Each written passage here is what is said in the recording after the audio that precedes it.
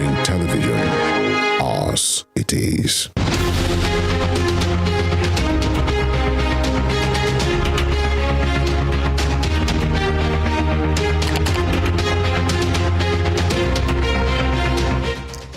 Good evening and welcome to Spring Global on Western Spring Television. Now the headlines. Nigeria's Supreme Court to deliver judgment in suit challenging Naira redesign policy on March 3rd. Putin reveals China's president will visit Russia amidst concerns of planned material support to Russia's invasion of Ukraine.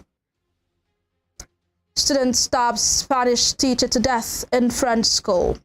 My name is Evelyn Ohiola, and now the details. Nigeria Supreme Court says it will deliver judgment in the suit challenging the Naira redesign policy of the Central Bank of Nigeria, CBN, on March 3rd. The 7-member panel of the Apex Court communicated the decision today. The governors of the All Progressives Congress, APC, had argued that the policy was aimed at making the ruling party unpopular ahead of the elections. Given the adjournment of the Supreme Court, the judgment can only be delivered after the presidential election billed for Saturday, February 25th. 6 more states, Rivers, Kano, Niger, Jigawa, Nasarawa, and Abia joined the suit when it came up for hearing, making a total of 16 states. The suit was initiated by Kaduna, Kogi, and Zamfara before the Supreme Court.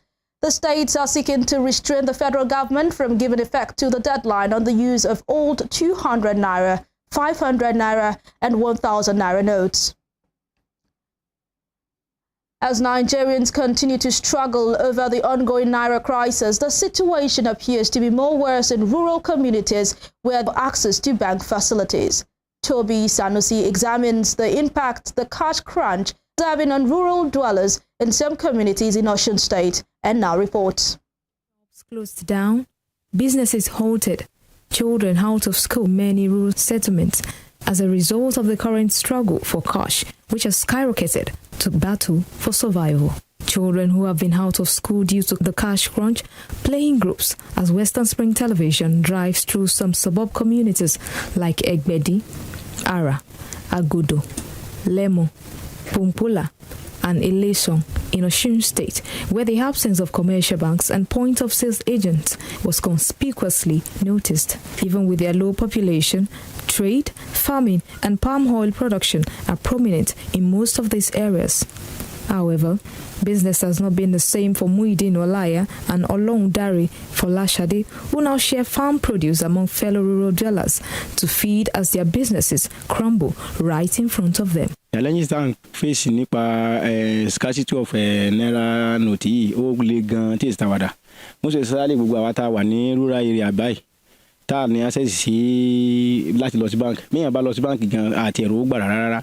Ó wá tiẹ̀ wá ti wá sọ business wa ó ti dorí rẹ̀ kodò pátápátá tí ò jẹ́ ká rí ọjà tà. Tẹ́ bá gbogbo àwọn tó ń tà tẹ gbogbo àwọn tó ń ṣe bí wẹ́dà ẹgbẹ́ kò ṣe ọ̀pọ̀lọpọ̀ wọn ríṣẹ́ sí gbogbo àkó ti fi ṣọ́ọ̀bù sílẹ̀ wọ́n ti ṣeré lọ ọ̀pọ̀lọpọ̀ wọn ti di ọlọ́kadà káàkiri lónìí kọ́lọ́n kó yọ wá nírú àsìkò yìí ni. Bí àwọn èèyàn ṣe ń jẹun ọ̀pọ̀lọpọ̀ àwọn èèyàn tó ń dáko irú àdúgbò wa nísìn àgbẹ̀ ló pọ̀ jù bẹ́ẹ̀ ẹlòmíì irú nísìn irú èmi báyìí mò ń dáko mò ń ṣiṣẹ́ ọwọ́ mọ́ majority tàwọn tó ń tàjọ jẹ́ ará àdúgbò wọ́n wá ń bi kán alágbáyé ọmọ bòmí láṣìírí mọ̀ ni àmọ́ ní nǹkan ìjẹ́ látijọ́ yìí ní táwọn náà bá nínú ilé láti pín sí méjì láti dọ́gbọ́n sí ẹ̀rọ tó bá wọlé nísìn mo ṣe tó kó dé nísìn mo lọ wàásù mẹ́la tí ń wò pé bọ́lá ṣe pín sí àwọn tí ń wò láǹfààní àti ṣẹ́gẹ́bẹ̀ yẹn pípa ọgbọ́n tàṣà ń dá sí ni. àrí pos ló àròwó gbà oúnjẹ là ń tà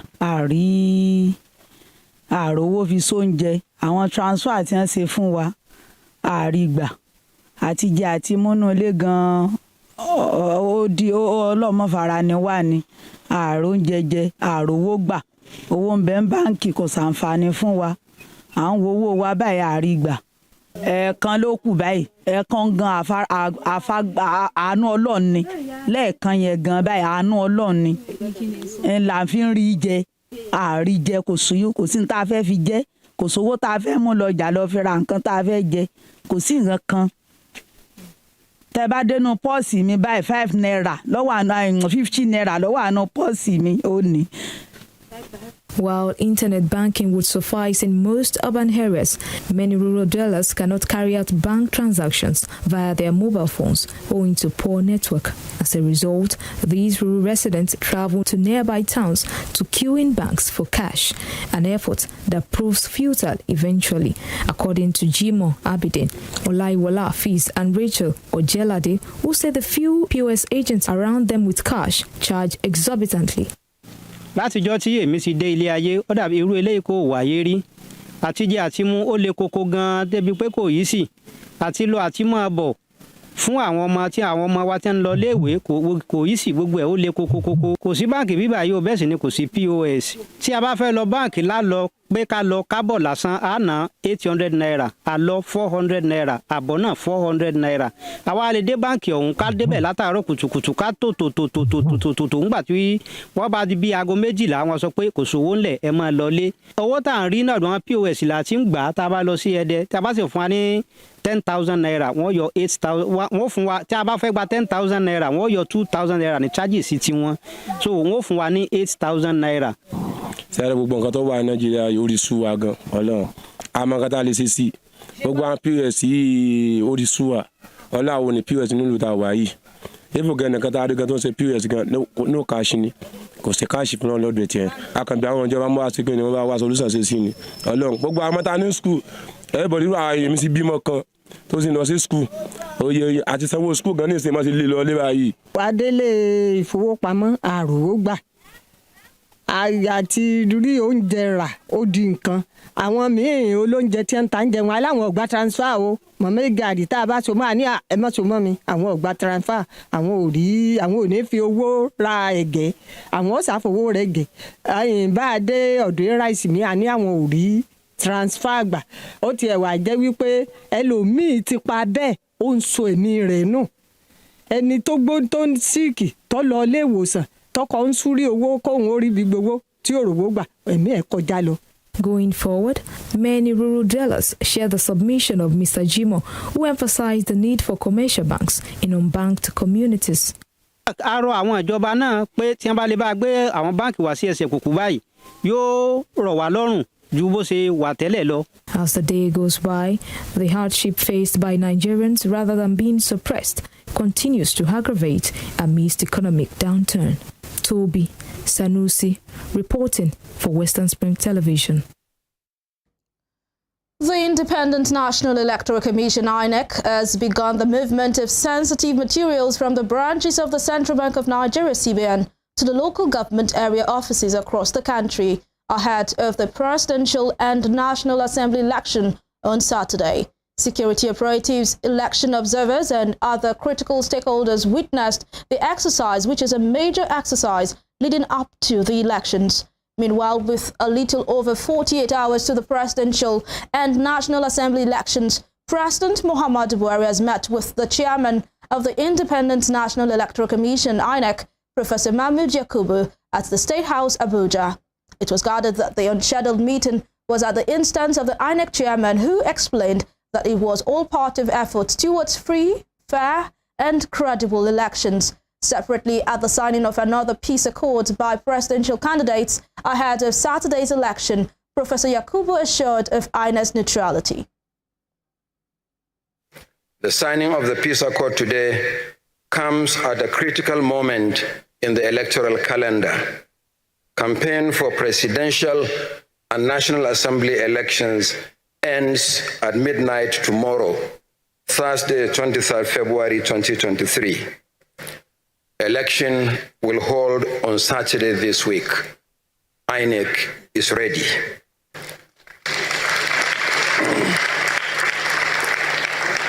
This morning, we commenced the movement of sensitive materials to the various local government areas nationwide.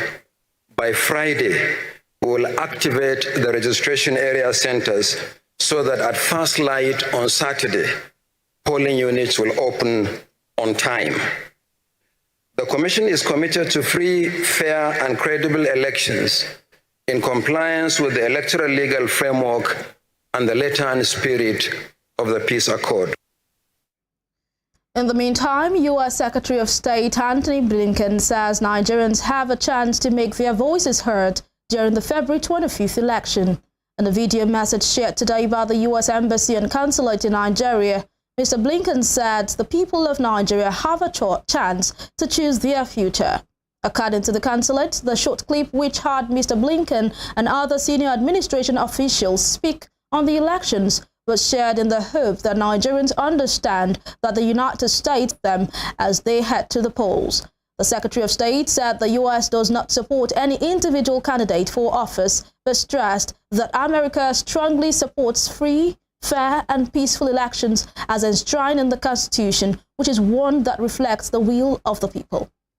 Nigeria's Constitution, like America's, begins with this simple and profound idea: we the people. And during this election, you, the people of Nigeria, have a chance to make your voices heard, to choose your future. The United States does not support any individual candidate for office, but we strongly support a peaceful election that reflects the will of the people of Nigeria. Because free and fair elections in Nigeria help create a freer and fairer world for everyone. Your vote matters. This election matters, not only to Nigerians, but to the rest of the world. We're invested in your success. Our shared democratic futures depend on it. Go to inecnigeria.org. Elsewhere, Russia President Vladimir Putin today said China's President Xi Jinping would visit Russia, saying relations has reached new frontiers amidst U.S. concerns that Beijing could provide material support to Russia's reign. Mr. Putin welcomed China's top diplomat Wang Yi to the Kremlin, telling him that bilateral trade was better than expected and could soon reach $200 billion a year, up from $185 billion in 2022. Wang Yi told Mr. Putin that relations between the two countries had withstood the pressure from a volatile international situation and that crisis offered certain opportunities. He, however, emphasized that the relationship between China and Russia was not directed against any third party, but would equally not submit to pressure from third parties, a clear jab at the United States. В связи хотел бы отметить, что российско-китайские отношения развиваются так, как мы и планировали в предыдущие годы. Все идет поступательно, развивается. Мы достигаем новых рубежей. Международные отношения сегодня сложны. Они не стали лучше после распада двуполярного. In the meantime, U.S. President Joe Biden is meeting NATO leaders from Eastern Europe as part of a visit to Poland to mark the anniversary of the Ukraine war. While addressing leaders at the Bucharest 9 summit in Warsaw, Mr. Biden pledged a sacred commitment to defending NATO members and warned that it is not just Ukraine's future that is at stake in the war with Russia. He is expected to be pressed by his counterparts for new security assurances in the wake of Russia's invasion of its neighbor nearly a year ago. Article 5 is a sacred commitment the United States has made. We will defend literally every inch of NATO. Every inch of NATO. And this is an important moment. I look forward to the discussion and the next steps we can take together and to keep our alliance strong and to further deter aggression. Because what literally is at stake is not just Ukraine, it's freedom. The idea that over 100,000 forces would invade another country after war, since World War II, nothing like that has happened. Things have changed radically. We have to make sure. Now, there has been heavy damage to buildings along with power cuts and flooding in eastern Madagascar as Cyclone Freddy struck the region. 4 people are reported to have been killed. Amongst the casualties was a 77-year-old man who drowned near the town of Mahanoro. Schools have been shut and traffic has been suspended in 10 regions. Reports say the weather system has rapidly weakened as it heads southwest across Madagascar. You're watching Spring Global on Western Spring Television. We will be back after this break.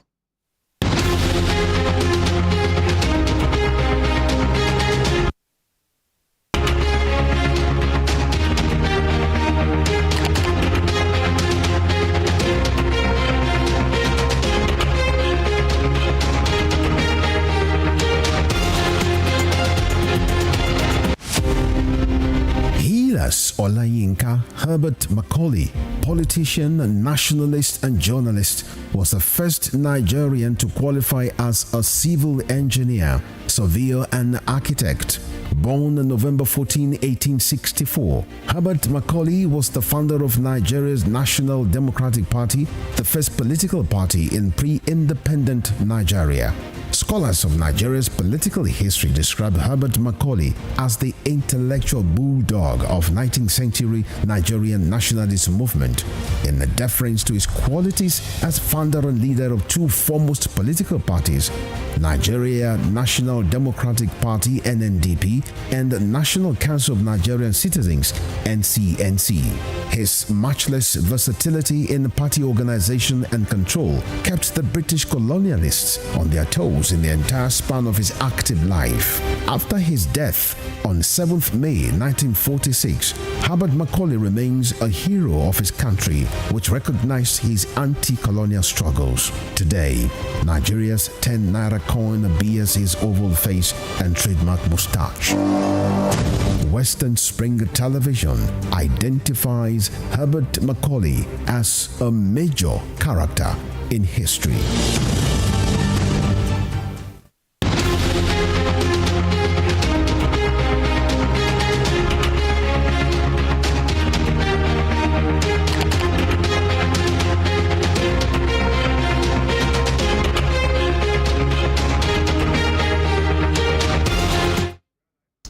Welcome back and thank you so much for staying with us.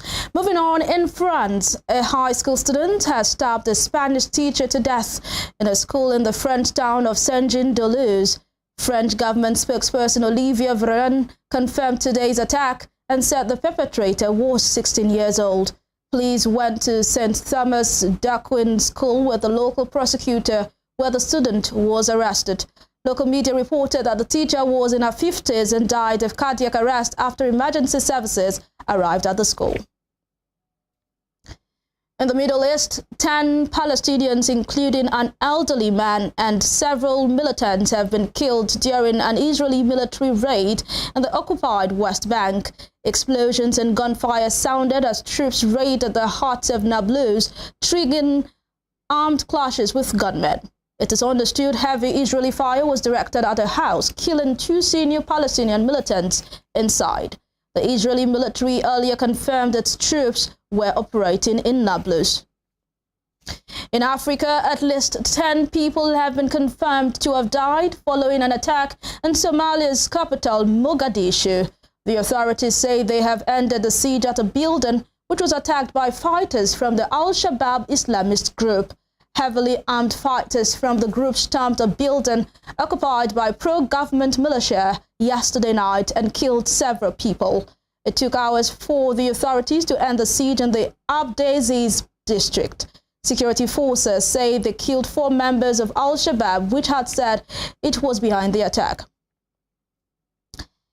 U.S. First Lady Jill Biden has arrived in Namibia as she begins a 5-day visit to Africa that will also take her to Kenya.